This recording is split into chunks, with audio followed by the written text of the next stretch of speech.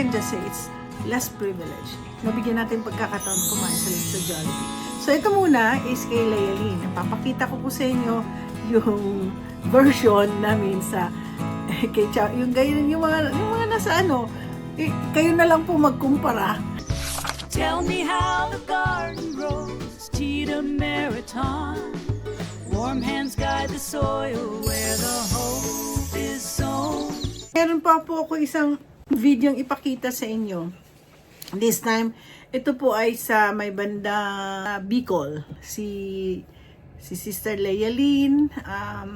Matagal ko na po kilala si Layalin at nang nagtatrabaho pa siya sa Riyadh at na isa po siyang domestic helper. Wala siyang ginawa kundi sabi ko tigilan mo na ang paglinis kasi tutulungan na lang kita, sabi ko sa kanya. Kasi mga anak niya, tatlo, maliliit pa. Si Potro, isa yung number 1 kong, subscriber ko, yung batang yun. Walang ginawa kundi manood. Pinapanood niya ho lahat ng aking mga videos. At tuwang-tuwa siya pag pinapanood niya ako. So, nakakatuwa din mga bata, no?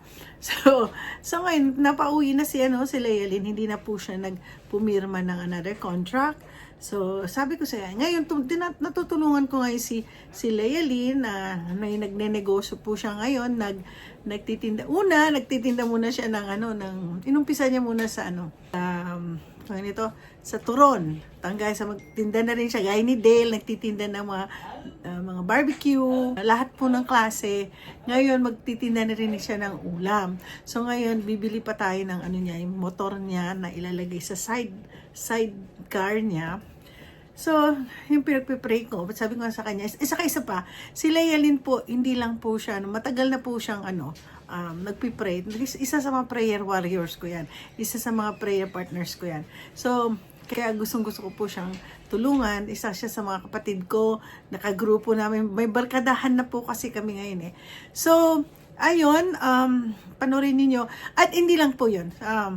Hindi, ang ipapakita namin hindi yung negosyo niya, kundi meron na po kaming gagawing part ng Tita Mariton Charity is yung, anak ko gustong-gusto ng mga bata, ang feeding. Ito yung version namin, yung chamame version, yung sa Equatorial Guinea version, Filipino version. So, gaganon na pong gagawin namin, magpapakain kami ng mga bata.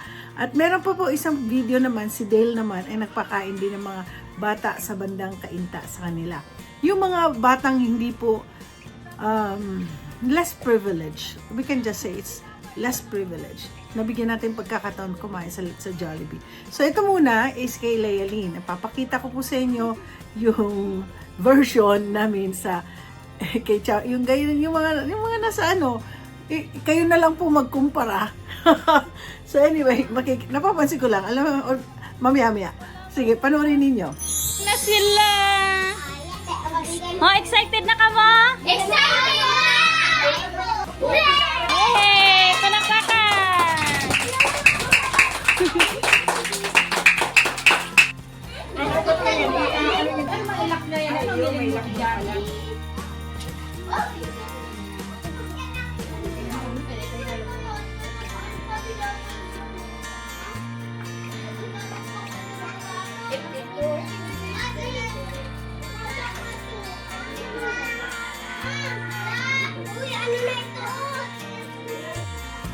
Waiting na sila.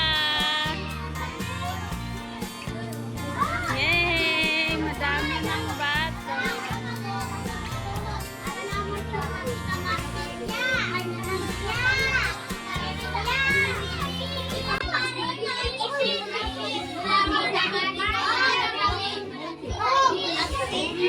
And kompleto na. More than 50.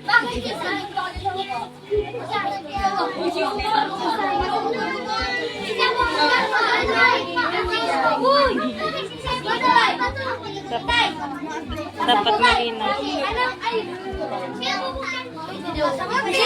Balakpakan! Yay! Yay!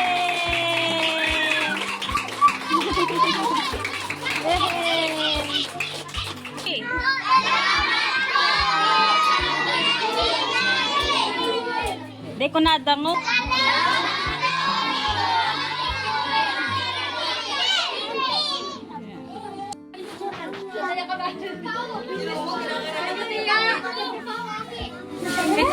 Nakalimutan ko po lang.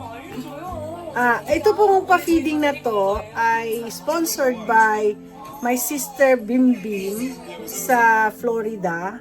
Tapos, siyempre, yours truly. Yan po ang isang project natin sa Tita Mariton Charity. Yun po. Okay guys, napanood na ninyo ang video ni Lealyn. Ano kung makukumpara nyo? Masyadong maingay mga Pilipinong bata. Ang iingay ng mga bata. Hindi kagaya ng mga bata sa Africa, napakatahimik nila.